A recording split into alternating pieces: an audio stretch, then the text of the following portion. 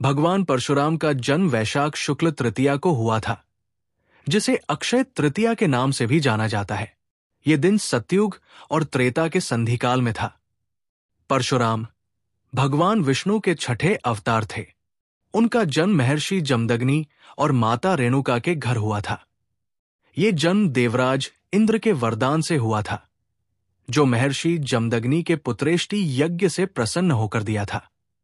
परशुराम को शिवजी ने परशु नामक अस्त्र दिया था, इसलिए वे परशुराम कहलाए।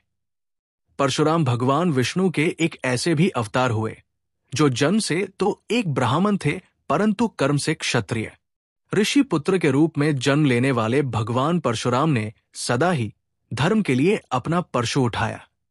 मान्यता है कि भगवान विष्णु के अवतार होने के बाद भी परशुराम जी को महादेव को गुरु रूप में मनाने में कई यत्न करने पड़े थे, जिसके बाद स्वयं शिव जी परशुराम जी को शास्त्र और शस्त्र की विद्या दी थी।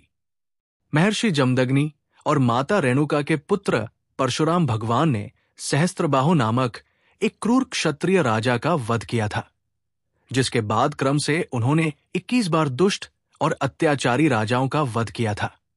भगवान परशुराम ने एक बार अपनी मां का भी वध कर डाला था। आइए जानते हैं वो कथा।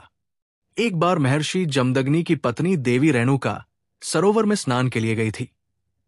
वहां राजा चित्ररथ को नौका विहार करते देख रेणुका के मन में विकार उत्पन्न हो गया।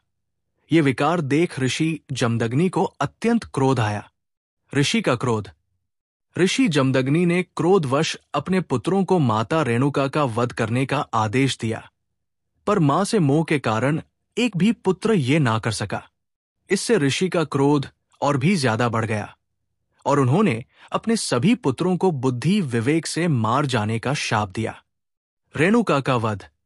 इसके बाद जब उन्होंने रेणुका के वध का आदेश परशुराम को दिया, तो पिता की आज्ञा का पालन करते हुए परशुराम जी ने अपना परशु उठाकर रेणुका का सिर धड़ से अलग कर दिया। ये देख परशुराम के पिताजी उन पर प्रसन्न हुए और उन्हें 3 वरदान मांगने को कहा। 3 वरदान। पिता के कहे अनुसार परशुराम जी ने उनसे 3 वरदान मांगे। पहला माता को फिर से जीवित करने का, दूसरा भाइयों की बुद्धि ठीक करने का और तीसरा दीर्घायुजय होने का। पिता ने परशुराम को तीनों ही वरदान दिए, जिसके बाद परशुराम जी सदा के लिए अजय और अमर हो गए।